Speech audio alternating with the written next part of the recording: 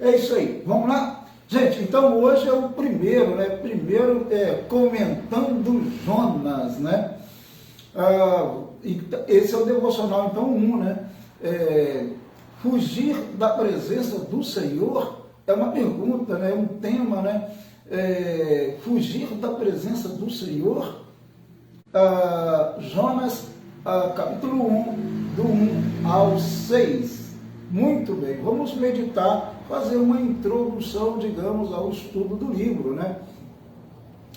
Jonas é um profeta que vai atuar por volta ali do ano 784, 772, mais ou menos, ou seja, antes de Cristo, é claro.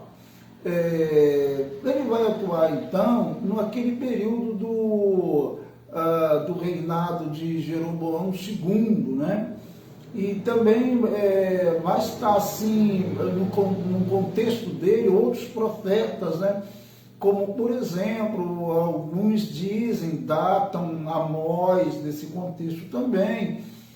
Depois, mais à frente, um pouquinho, a gente tem Isaías e outros profetas aí, tá? Muito bem.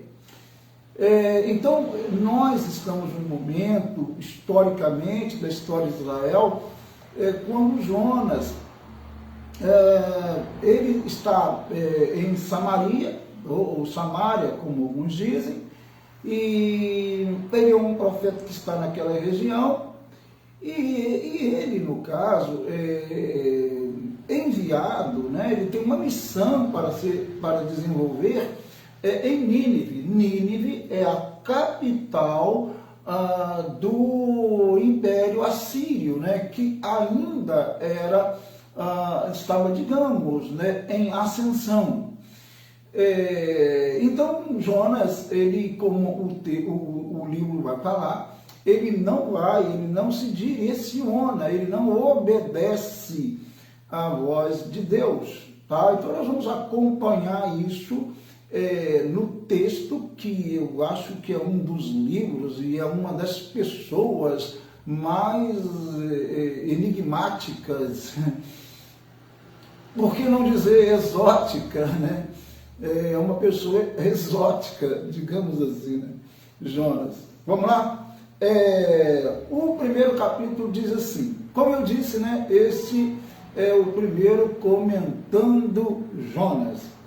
Capítulo 1, então, verso 1 diz assim: Veio a palavra do Senhor a Jonas, filho de Amitai, dizendo, né? Então, a palavra do Senhor, né, era normal, ao direcionar-se ao profeta, né, o autor, né, fazer essa menção, né, no caso, nos livros proféticos, dizer, e veio a palavra do Senhor a fulano de tal, aqui é Jonas.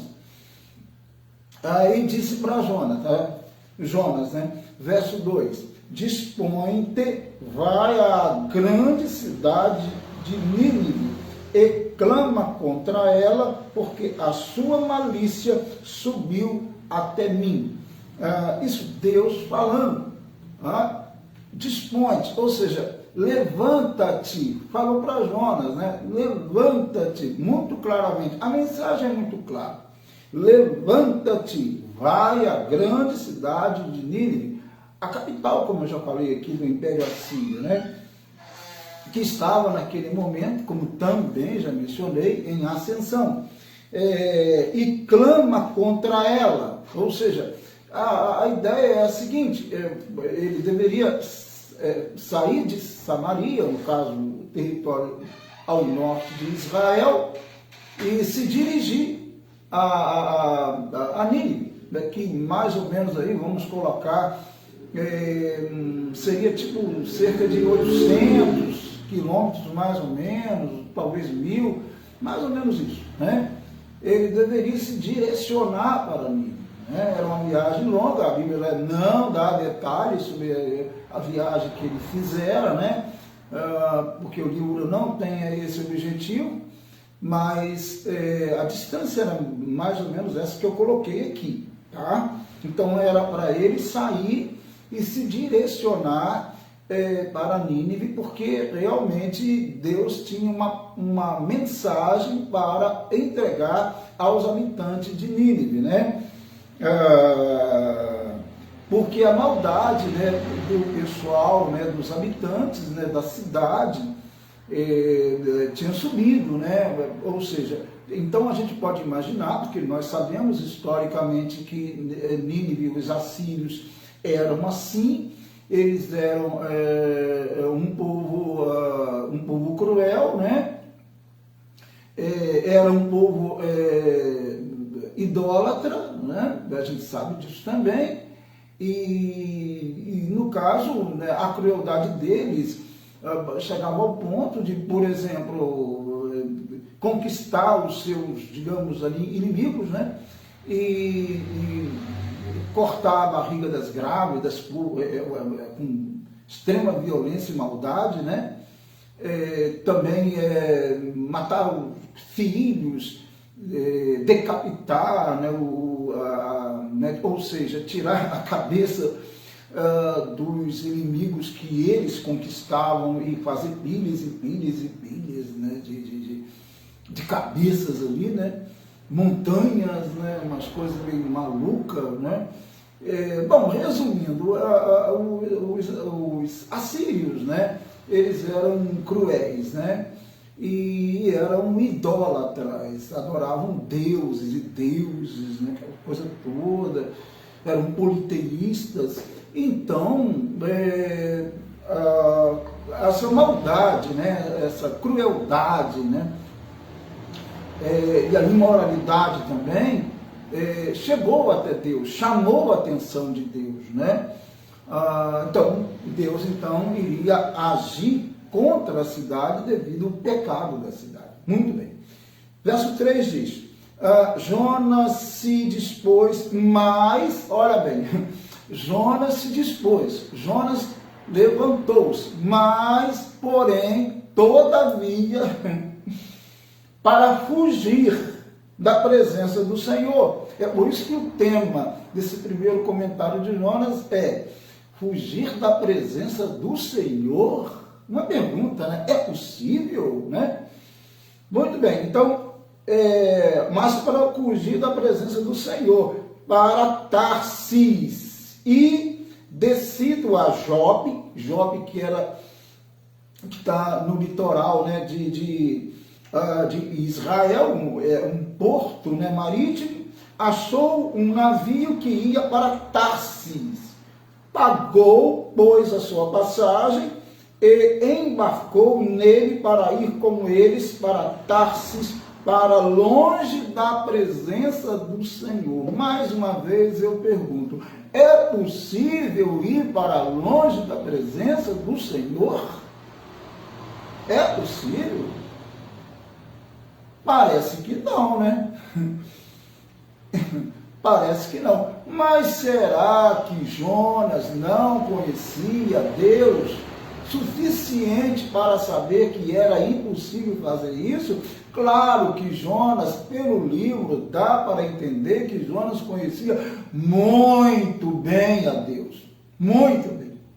Ele poderia até imaginar, tá, que Deus não iria atrás dele, que Deus iria deixá-lo para lá, mas ele conhecia suficientemente Deus para saber que Deus iria sim, né, encontrá-lo em qualquer lugar, tá? Que era impossível fugir da presença dele. E ao longo do estudo desse livro nós vamos perceber isso, nós iremos ver claramente isso, que Jonas conhecia muito bem a Deus, né? Muito bem. Ele pagou a passagem, perdeu o dinheiro, na verdade, tempo e dinheiro, né? Que, lendo o texto, depois nós vamos perceber que ele perdeu o dinheiro, né? Porque ele pagou, a gente não sabe quanto, mas não era baratinho, porque Tarsis ficava mais ou menos, né? O que seria hoje atual é Espanha. Em outras palavras, Jonas deixou de ir para Nínive, distante mais ou menos 800 quilômetros, né? Para ir para Tarsis, que seria hoje a atual, mais ou menos ali na região da atual Espanha, cerca de 3.000 quilômetros. Ou, em outras palavras, Jonas estava preferindo andar 3 vezes mais do que fazer a vontade de Deus, do que cumprir a missão de ir para Nínive, né?